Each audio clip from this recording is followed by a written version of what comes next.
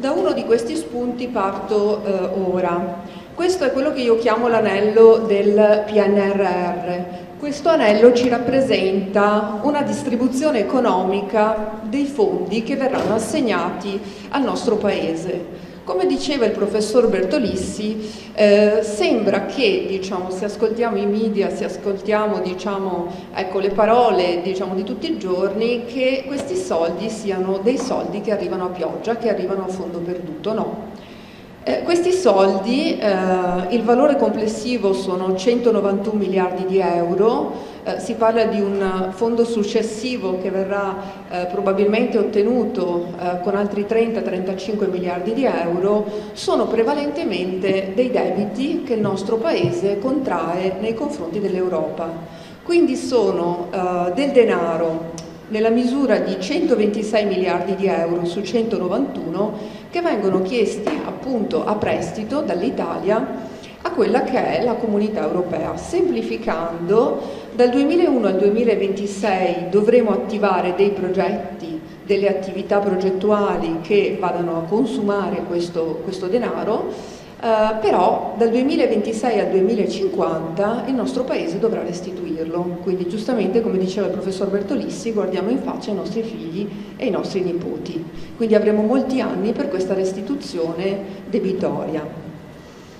Cosa significa? Significa che attraverso queste 6 missioni, la prima è quella di nostro principale interesse, ma non solo. La prima ci parla di digitalizzazione, innovazione, competitività, cultura e turismo. Però so che l'amministrazione di Chioggia, insieme alle amministrazioni vicine, ha già presentato dei progetti a valere sul PNRR per quanto riguarda la missione 5, quindi l'inclusione e la coesione, i percorsi per la disabilità.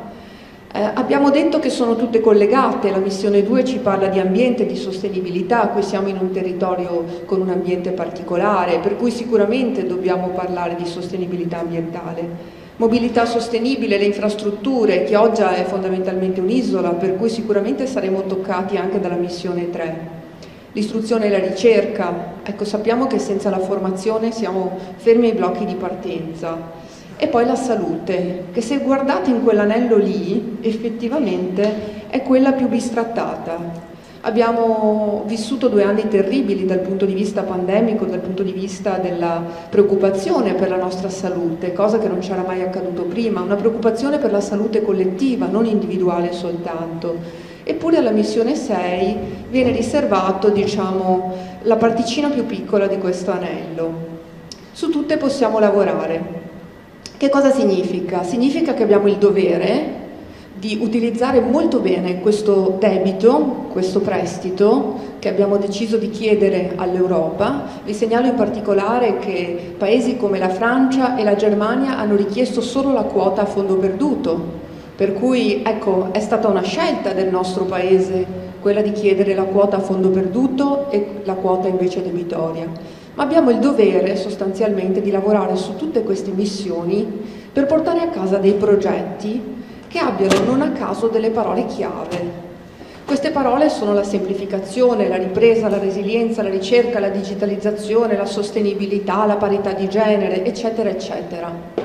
Significa, tradotto in parole povere, che dobbiamo generare nuove imprese e nuovi posti di lavoro sul territorio. Solo questi progetti, come diceva il professor Bertolissi, andranno a buon fine. Tutto il resto sarà oggetto, comunque, di problematiche molto molto importanti.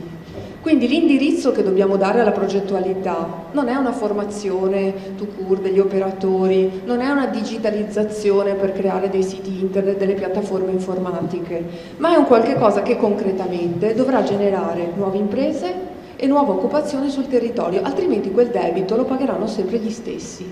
Solo se io riesco a spalmare su nuove imprese e su nuovi occupati questa nuova componente debitoria del nostro Paese, perché ormai l'abbiamo chiesta, ormai ci verrà assegnata, solo in questo modo noi potremo, avere la garanzia che i nostri figli e i nostri nipoti, e probabilmente anche noi, riusciremo a ripagare questo debito. E credetemi, il legislatore sta puntando proprio a questo. Il legislatore sicuramente comunitario ci ha dato queste parole chiave. Il PNRR è un documento di 315 pagine. Abbiamo iniziato con questo team di lavoro, quindi con lo studio legale Bertolissi, col professor Borsato e con tutti i tecnici che ci stanno supportando a tante mani, quindi da tante prospettive, quella giuridica, quella ingegneristica, quella tecnica, quella dell'innovazione, quella della comunicazione, perché abbiamo bisogno di guardare queste 315 pagine, di leggerle con tanti occhi e di capire effettivamente che cosa bisogna scrivere su questi progetti, perché credetemi, quelli che non valorizzano l'occupazione e la nuova impresa si fermeranno, magari non si fermeranno al comune di Chioggia, non si fermeranno in regione, non si fermeranno in ministero, ma ci blocca l'Europa. Quindi noi dobbiamo porci con l'occhio del legislatore europeo e scrivere questi progetti con queste parole chiave, devono rispettare queste priorità.